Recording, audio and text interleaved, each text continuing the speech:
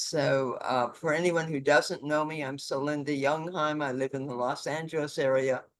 I'm currently the president of recovery, but I don't have, that does not qualify me to do the history of recovery. So, and I know a lot of you could all be giving us this history, but this is kind of a specific part of the history.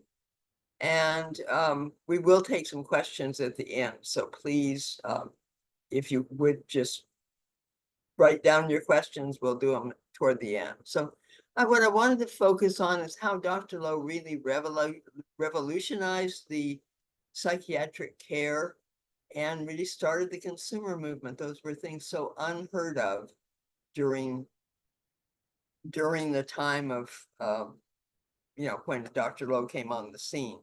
So Hina, the next slide, please. And I do want to thank Hina. She not only did all these slides, but she has helped me tweak them and is here today. So I just really thank her for all her help. So what I want to look at first, I'll just give you my sources of where I got my material. We'll look at what the treatment was like when Dr. Low came on the scene in the 30s. His early efforts to offer more compassionate care for the people that were suffering. And we want to look at our RI development and some of the people that were the early pioneers. And by all means, I'm not covering everybody. I just can't today. So, and then we'll talk about Mrs. Low, Dr. Low's unique relationship with his patients, and then we'll have a little time for Q&A. So this picture, of course, we recognize Dr. Low in the middle. I think that's Beatrice Wade on the left. And he had a lot of correspondence with her. She was very supportive. I do not know the other people in that picture. So next, Sina. So my sources are first, My Dear Ones by Neil and Margaret Rao. And if you haven't had a chance to read it, I do hope you will, because it's a wonderful story of both the biography of Dr. Low from his childhood onward and also history of many of our pioneer people and of recovery. So it's a really good read, but it was published in 1970. So we need somebody to come along now and write 1971 on, because that was a valuable part of our history. And then we have Mental Illness, Stigma, and Self-Help, which was written by Dr. Low, of a much more kind of clinical nature, his thoughts about the early beginnings of recovery. Then we have The Lost and Found, which you'll see down here. It's one of the early bulletins that came out, and it not only included Dr. Low's articles and lectures, but it also had things like gossip of what was going on in the organization. And I'll mention a couple other things that come along there a little later. We have a historical development of recovery dialogue by Treasure Rice and Phil Crane, which was published in the Reporter in the early 1970s. And I recently gave it to Jessica Sherba, our administrator at headquarters. She did a great job of putting it all together, typing it up, getting it ready. So I'm hoping sometime we can print it and get it printed up so we can use it in some way and you can all read it. And then the recovery's first 50 years is a pictorial history that was done for the 50th anniversary of recovery in Chicago. It has a picture for every year and a little description of kind of the things that happened that year. So it's a lot of fun. We have a few copies of that around various places. Some of you may have them. And then just some of my personal histories. I've been around a long time and have had the privilege of knowing a lot of these people, but never Dr. Low, never met Mrs. Low. So next, if we could go on. So we just wanted to talk about the treatment in the 1930s before Dr. Low came around. There was really minimal treatment. If you had one of the more severe mental illnesses, you kind of just got locked up unless you spontaneously recovered. And a lot of people suffered greatly with their thoughts, with their manic phases, with their depressions. And most of the treatments were just to kind of manage the symptoms, not to try to do a cure or to have a lasting management of symptoms. So some of the drugs were just sedatives, which just suppressed the patient's nervous system. There were a few mind-body therapies that didn't really have any effect, didn't really work. Hot and cold baths, known as hydrotherapy, those were again just to kind of keep people calm if possible. And a few different types of shock treatment, the insulin, metrazole, and the electroconvulsive therapy, which is ECT, and that's still used, but has been greatly improved since that time. Let's go on, Nina, to next. So I wanted to look at the difference between Freudian analysis and the benefits of Dr. Low's self-help model. And remember, Dr. Low was trained in the psychiatric and in the Freudian analysis. That was his training in Europe. But he really, as he got to the Institute, he rejected that training. It was far too expensive. It took a long time. People were often in therapy for many years. It wasn't available to many people, partly for the cost and partly because there weren't very many people trained. There weren't enough people trained to provide the therapy. And over the years, it's really come to show they have very dubious outcomes. So the benefits of Dr. Low's self-help model was it could be widely replicated. Look at the breadth of places people are attending today. We've gone around the world without any professional, any medical director to send us around to supervise it. It encourages peer support and self-leadership. Most doctors are like, I'm the doctor, you're the patient, and that's as far as it goes. In his model, the patients were a very important part. Our group leaders are still our most important part, I think, because they provide this method. It could reach many people. It's inexpensive. We still don't charge for going to a meeting. We ask for a donation, but we do not require anything. And it allowed a doctor to oversee many patients at a time. And of course, it practiced social skills, many of whom either never developed their social skills because of their illness, or they lost them when they became ill. So let's go on to the next slide. Thank you. So one of Dr. Low's early goals was to eliminate the stigma. The stigma was really kept people from going home, and they didn't socialize. They didn't get in touch with one another. They couldn't get jobs. And there was so much stigma. Often people were committed in a kind of a court of law and taken away by a sheriff or some other authority, not like we do a medical team these days.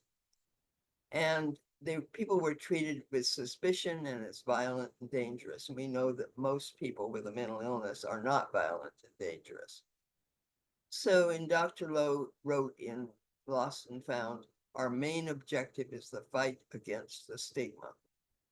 I remember a woman who was an assistant group leader in the Los Angeles area, probably in the late 60s, early 70s, and she was a school teacher, and she was so afraid of losing her job that she used an alias when she came to recovery. So let's go on to the next slide, which is the beginnings of the consumer movement. So Dr. Low, never following the path of before him, but always looking at what the patients need, began to realize that a person could be hospitalized at noon, he said, released, and they're back home in the same environment in which they got sick at 12:30. So he said, we need to find a way to have a slow reintegration so a person doesn't have that shock of being hospitalized in a very secluded environment and suddenly back with their family. So he started the weekly parties where people practice their social skills, and family members and former patients were encouraged to visit. And then the newsletter on the board encouraged people into a meaningful activity and connected patients by forming friendships and social connections. He said there was a dead spot of time between about 4 in the afternoon and maybe 7:30 in the evening when the patients went off to their own rooms. And people just sat around and either stared or maybe read a book or maybe did something, but very little socialization was going on. Suddenly, as Phil began to get better, Phil Crane, he asked him to start up the Retriever newsletter. And he said, it's not just you, you need to find some people to help you. And he said, it isn't what you say, it's what you get other people to say. So suddenly people were very interested to see them written up in the newsletter. Susie danced with David at the social. Mary Sue and James were seen talking by the punch bowl. They got all excited about it, and it really helped. Plus the former patients came back and socialized, and they promised to get together when they got out. So, and the patients became activists. So actually the picture on the right is Lucy Fernandez in the front row, and I'm not sure I know any of the others, but they're the ones that translated my dear ones into Spanish. So that's really a picture from a later time. The picture on the left is actually from one of the parties that they had. And they were very active. They tried to change the commitment law to a more humane thing. And we don't have time to go into that today, but they actually were almost successful, except the governor vetoed it at the last minute. I mean, he waited until there was no time to appeal, and then he vetoed it. So, but there was a lot of activism there. They also refused to let Dr. Low shut down recovery in the early 40s. And they started several committees, and this was new because this was self-directed, patient-directed. And they started up some committees, like a very innovative employment committee. Because of the stigma, people had trouble getting jobs, but they would put a little ad in the Lost and Found saying, I'm a plumber, or I do car repair, or I'm a cobbler, or I do washing and ironing. And that way they began to, tell each other, and then that word of mouth spread, and they were able to make a living. So I'm going to talk more about their not allowing recovery to be shut down, but we'll talk about that a little bit later. But when he said he was going to do that, Annette Brocken in particular said, we want it to continue, and they signed up 90 new members. So they weren't going to take no for an answer. And next, please. So then it became an emphasis on aftercare. Before Dr. Low, as patients were released from the hospital, they were considered to be on parole, and they had to come back to the hospital and check in, and they all hated it. It was sort of a demeaning procedure.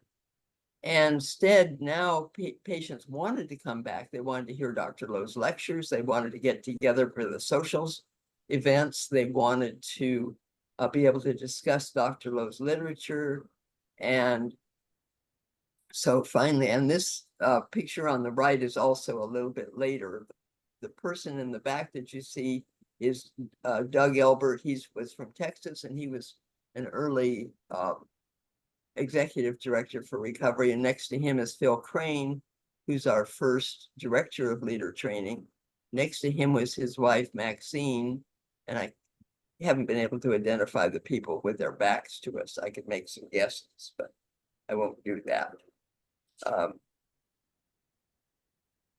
We look at the clubs. They also started up a club for transportation for people that didn't have funds to either go back to the hospital events or to the home groups. So next, let's look at some of the people that were early patients and are so vital to our organization. And actually, our first one is Harlan Tarbell, who was not a typical patient. He had not been sick for a long time, like most of the patients. He was a well-known person. He was a nationally known magician. He traveled and toured around the country, and did not know anything about recovery until he happened to get ill. During his tours, he met a doctor who had a treatment spa, and he kept encouraging Harlan to come there. And Harlan preferred to go on vacation, go fishing and camping, but he finally relented and went to this treatment spa where the doctor totally cut him off from any connection with his wife and his friends and put him on a starvation diet to cleanse his body. And his system just shut down. He was unable to eat. And finally, his wife insisted on talking to the doctor. And he said, oh, he's mentally ill. He has delusions of grandeur. He thinks he knows Houdini and Amelia Earhart and a number of our governors. And he gives me telegrams to send to them. And of course, we don't do that. We wouldn't do that. And she said, but they are his dearest friends, and you've cut him off. And she got him out of there.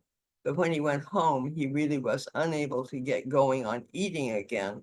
And finally went to the Psychiatric Institute where he met Dr. Low, was treated, he recovered, and he absolutely loved recovery and talked about it from the stage. He had absolutely no stigma. He just thought of it as a broken arm, and he went ahead and told people about it across the country. Unlike our next person, who is Phil Crane. And Phil had so much stigma. And when he came into the Psychiatric Institute, he was severely ill, had delusions. He thought he was a Black man and needed to move into that community. He did not recognize his illness, which is known as agnosia. And that's not uncommon with schizophrenics in particular, that they don't recognize that they're ill. While he was at the Psychiatric Institute, he had 60 shock treatments, and Dr. Low saw him every day and would say, hello, Phil, how are you today? Phil was very uncooperative, but Dr. Low would say to somebody else that was there, why do you think it is that Phil won't talk to me? And he always had some little back and forth with Phil. But as Phil began to get better, he then remembered that Phil had edited his college newspaper, and he asked Phil to start the Retriever. And I told you before how popular that became and how it really changed the energy on the wards at the hospital. But after 7 months, Phil was well enough to leave the hospital. Dr. Low told him he must stay in connected with recovery or he would not remain well. But Phil had so much stigma that he would not continue his recovery until later. So Phil did come back after a number of other hospitalizations. He finally realized he did need to follow Dr. Low's regimen. And they really became very close. He was the first group leader that Dr. Low trained. He later became our director of leader training for many years.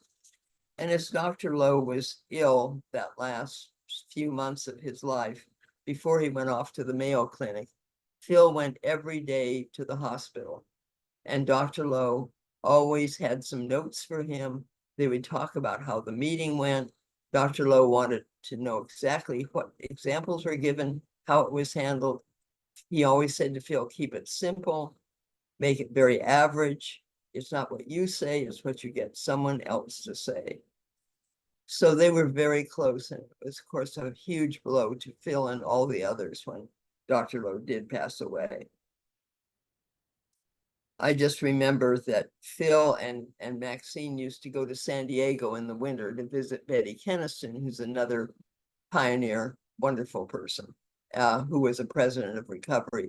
And we'd often see them there. But then they got where they'd come to Los Angeles to stay with Ralph and I either a few days before or a few days after. So that was always a treat. We tried to get them to meet our Los Angeles recovery members.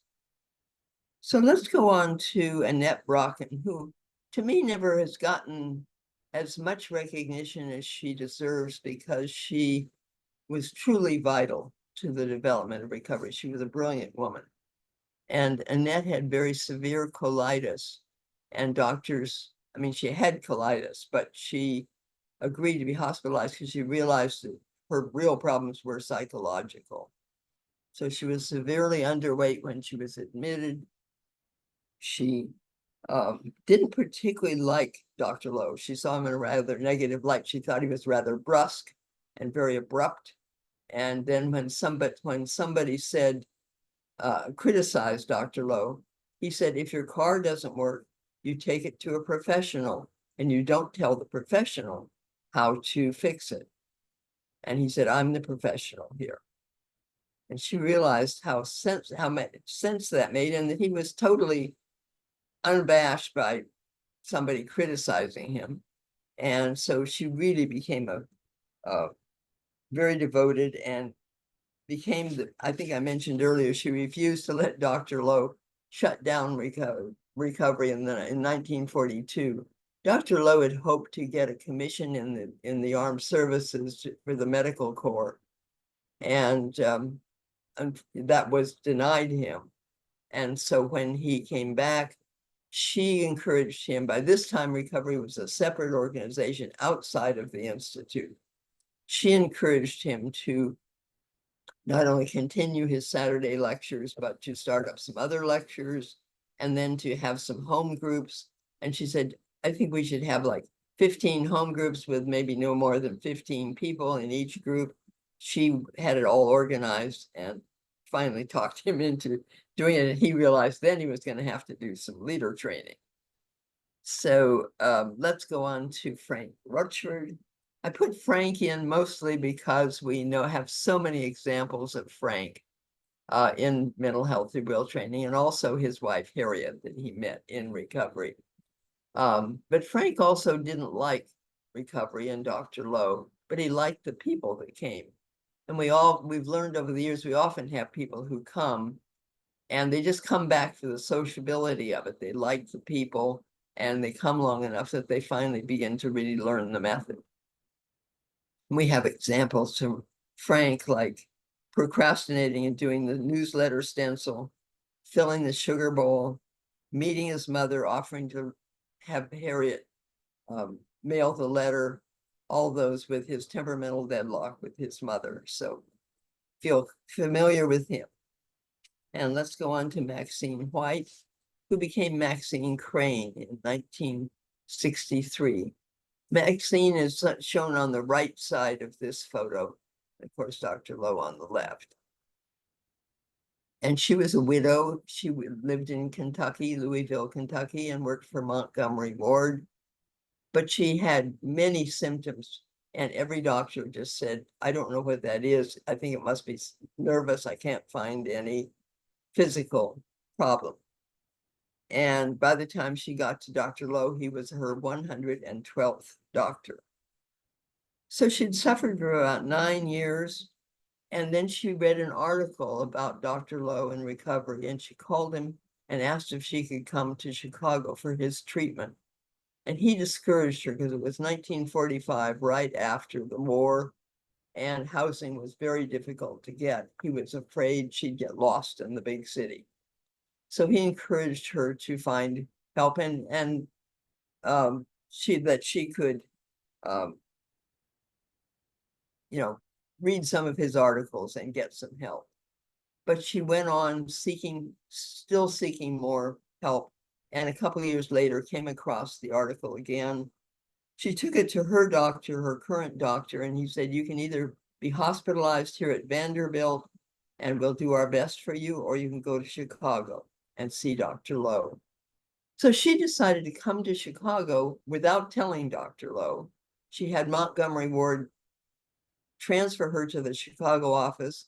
She left her son with her family. She came to Chicago, and luckily Dr. Low was willing to see her. And she came in with her usual long list of notes and complaints. And he said, those are very common nervous symptoms. She said, but I know my symptoms are nervous. I mean, they're imaginary. And he said, never let me hear you say that your sensations are imaginary. Although they're not caused by organic troubles, they're still very real. it's an imbalance in your nervous system. So as he usually did, he asked her to go over to headquarters to meet some of the other people. And slowly she began to get better. And then Dr. Low began to ask her to take notes. He asked a number of people to take notes during his lectures. He wanted to be sure that his message was coming across the same for all people. So they were getting the message. So we can all read Mental Health Through Will training, and some of us say, oh, he must have been writing about me. It's a very, we all understand what's there, even though we have different symptoms that bring us in. So then he began to ask her to do some outreach. He'd say, would you talk to this mother and tell her about how recovery's helped you and how good it would be for her daughter? And she said, oh, I couldn't do that. And he said, yes, you can. And so that's the way he was with all of his patients. He's very firm, but very compassionate. He just said, yes, you can. And in that way, she began to the point when she finally took a job as a hostess in a restaurant, so she could talk to people about recovery as she seated them at their table. Imagine that today. And then she transferred to a restaurant where many of the politicians went because she wanted to talk to politicians. And she became our longtime publicity chairperson. I remember in 1978, Phil Donahue, who passed away just recently, had his talk show, a very early talk show, just in Chicago. But they had a kind of a whiteout snowstorm, and all of the guests had to cancel. And they called up recovery and said, would you like to come be on the Phil Donahue show? And they never gave a thought about the weather. They said, sure, we'll be there. And so off they went and got it some great publicity for recovery. In 1963, both she and Phil Crane were getting a kind of a very small salary from Dr. Low, and they were able to get married. And I just remember of Maxine later in life was legally blind. She never talked about it, and she never complained. But I noticed a couple techniques that she had. One was if you were walking somewhere, she'd just take your arm and chat with you as you were walking along. And that balanced her and let her know where she was. And then in a restaurant, she'd say, oh, I don't know what to have. She'd look at the menu, and apparently she couldn't read it. She'd look at it and say, oh, I don't know. What are you going to have? And I'd say, oh, I'm going to have the chicken. And she'd say, oh, that sounds so good. I think I'll have that too.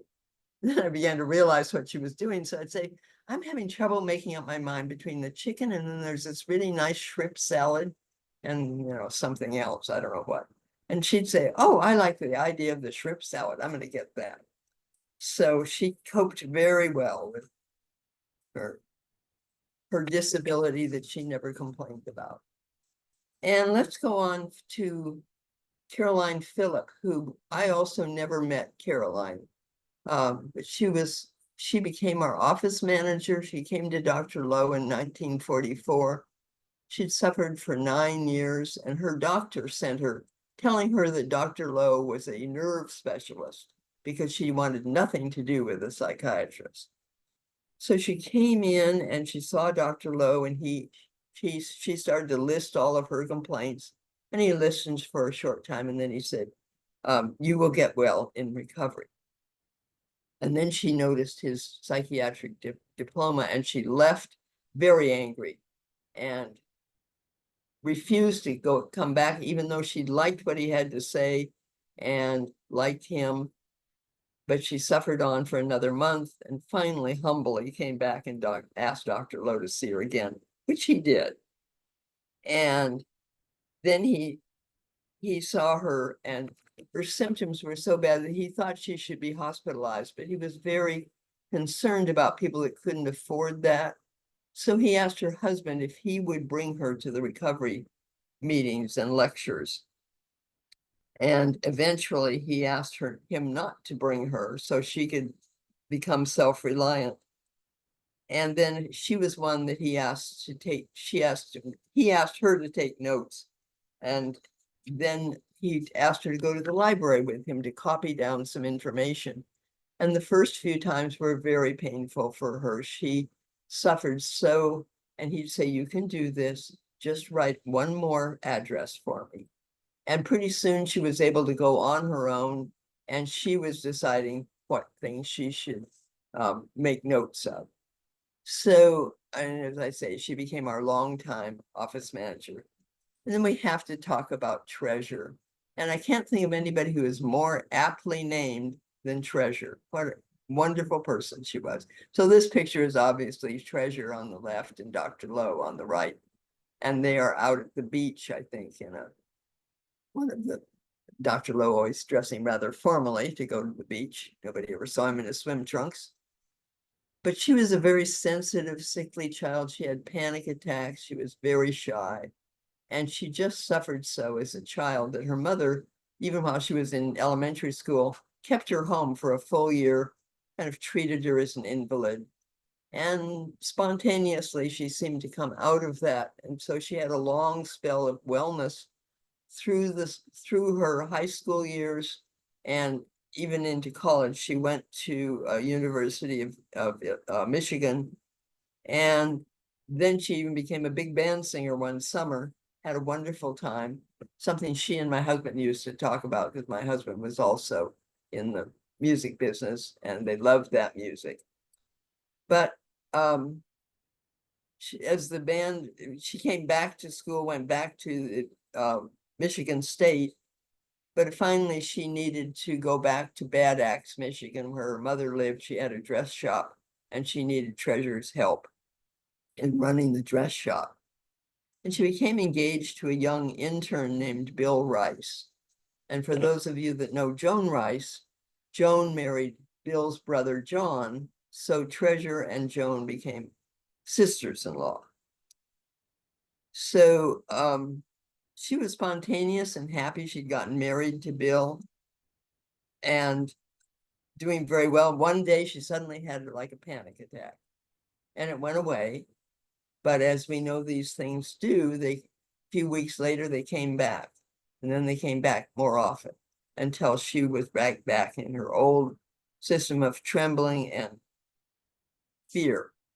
And then she found she was going to have a son or a baby. I think of that those days, she didn't know what she was going to have, but she had Bill. And she thought having a baby would be good. It would take her mind off of her things. But after Bill was born, she spent most of her days terrified. She was trembling. She was afraid to do anything. And she finally realized she needed to do something, get some help. And so she went to a psychoanalyst, which she totally disliked, refused to go back. He wanted to see her 4 or 5 times a week. She refused to do that. Shortly thereafter, she had Treasure Ann, her daughter. But by then, after she was born, she was sinking lower and lower. She wasn't taking care of herself. She wasn't taking care of the family. She wasn't taking care of the house. Finally, her sister had to come and take care of them. But she read an article about Dr. Low in recovery, and she called him, and he encouraged her to come to Chicago for some treatment.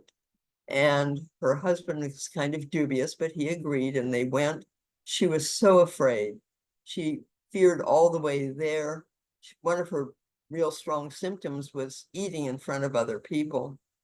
But as soon as she walked in to see Dr. Low, she could see he had an understanding look. He seemed so compassionate. And she started off with the usual list of symptoms, and Dr. Low said, you will get well in recovery. He also said that when she questioned him further, I believe there is much a patient does not need to know about to get well. You will get well in recovery. And he then urged her to go over to headquarters. And when she went, she peeked in, but didn't see anybody who looked sick. And she was about to leave when Gertrude, or Gertie Barris, as we know her, came over and encouraged her to come in. And there she met some other volunteers who were sitting around talking. She said nobody looked like they were sick. And they were doing a mailing. And so she sat down and began to fold papers and put them in an envelope to help. And she said, then they just casually started talking about their symptoms and how they're learning to manage them. And she couldn't believe that these people had been as sick as they had told her they were. And they said it was all because of their recovery training. So she stayed on there for, I think it was only about a week, but she even went out to eat with these people. She obviously was a quick learner and getting it, and Dr. Low could see her potential. And he told her that she could have a group, she could start up her own group when she got home. But what she witnessed in Chicago was very different from when she got home. She didn't know what to do about a group or how to have it, but she met a woman named Lillian from Detroit. The two of them got together, and they didn't really practice much, but they did offer each other some support. And eventually they began to have a few more people coming. And finally they got an article in the Detroit Free Press, and hundreds of people suddenly contacted Treasure. She said at her next meeting, 36 people showed up at her home. Luckily, one member of that group was a minister, and he offered his church. And that's when we began to move meetings out of the homes and into our public spaces as we do today, unless we're on Zoom, of course. So there's so much more. We could do a whole session just on Treasure. She was a marvelous person, but she did, after Dr. Low's death, she, Annette Brocken, and Mrs. Low were the ones that really stepped in to take the helm, and then she served, of course, as Recovery's president, was a mentor to probably many of the people here today, certainly to me, which I will always appreciate. And let's go on to the unusual nature of Dr. Low's relationship. This picture is actually probably from the 60s, maybe even the early 70s. Treasure's the second one in the first row from the left. I know there's Mary Jane Maggio Spudeus is in the middle, Phil's on the right. Many other people I recognize in that photo. They went off on some kind of a leadership board retreat, and that picture is from that group. But if you think back, Dr. Low, people went to a psychiatrist or a psychologist or whatever treatment they were getting, but they were, to treat this professional as in a very revered way. The professional never divulged anything personal about themselves. They were the doctor, you were the patient. Dr. Low was very different. He allowed his patients to, he socialized with his patients. Let's move to the next slide, please. He treated them as equals, as people. I mean, he still said he was their authority as a doctor, but he treated them as people. Here they're having a good time. This is the Companion Club, one of the social clubs that, in fact, that's a press association photo. So, but and he went to their social events. He had them over to his house for dinner. And they were all involved in the everyday activities. So the patients became the ones who actually took charge and of the social events. They organized them. They did all the work. I think in the book we have somebody had to organize the recovery picnic. So all of those. But let's go on to Mrs. Low. Mrs. Low was such a supporter and a partner to Dr. Low, and she'd been a working girl. She had no interest in home and family like many women did. And Dr. Low, too, was not. He was a little oblivious to social norms. Lots of details of that in My Dear Ones. But when they met and became a partnership and a marriage, she was very much supportive of what Dr. Low did. She took phone calls from patients. She edited mental health through will training. Of course, she was the mother of Phyllis and Marilyn, Dr. Low's daughters, who were both very active in recovery throughout all the years. And we're very grateful that they were. I mean, all of his family could have just said, oh, that's my dad, or that's my husband, that's what he does. Instead, they became vitally involved in the whole thing. And Mrs. Low stepped in to take the helm with Annette and Treasure after Dr. Low's death. And she achieved Dr. Low's highest compliment. because he considered her to be average. So can we go to the next slide, please? Oh, I guess I just have a few notes. I just wanted to look back and think about the genius of Dr. Low. We do thank you, Dr. Low, because his insights, he looked at what the patients needed and developed a treatment around that and our self-help system. He thought outside the box. Just because patients had never been able to socialize and have an active role in their treatment didn't mean it wasn't a good idea. And he was very highly criticized during his career, to the point that he was afraid he would lose his medical license. So he endured all of that for his patients. So that's a touch of the thing, and we're at the end, and we have there's so much more history, but let's open up. We can stop sharing. Let's open up and take some questions or comments if people have one. If you want to put your Zoom hand up. Yeah, Fran, I see your hand. Thank you for that wonderful presentation. My first question is, was Lost and Found an RI publication? Yes.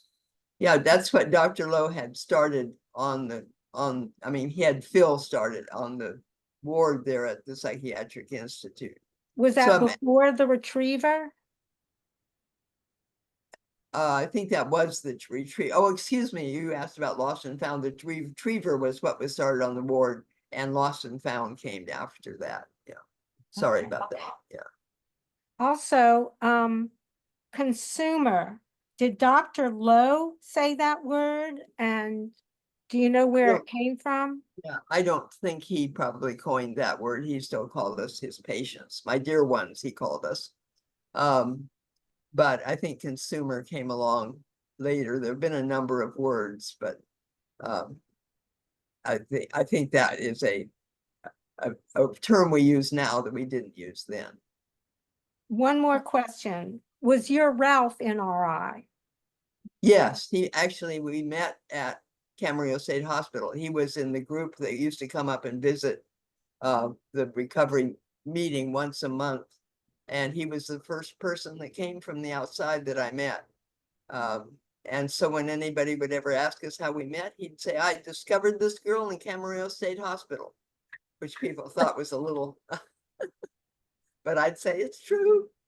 Started a lot of interesting conversations. Thank Michelle. you. Yeah, Michelle. Hi, thank you so much, Celinda. Excellent presentation. So I have a couple questions. What year did you start recovery? I started in 1968, in May of 1968. Wow. And then you referred to 1942 and Dr. Low trying to shut RI down. Why? And then after 1942, did he get on board with keeping it all going? Yes, there was some friction within the medical community, and at the Psychiatric Institute. And in 1942, they moved out of and didn't have any connection with the Institute anymore. They became an independent organization, but he said, this has been a good experiment and it's worked, but I think we'll shut it down, partly because of all the criticism he got for this novel treatment that he had.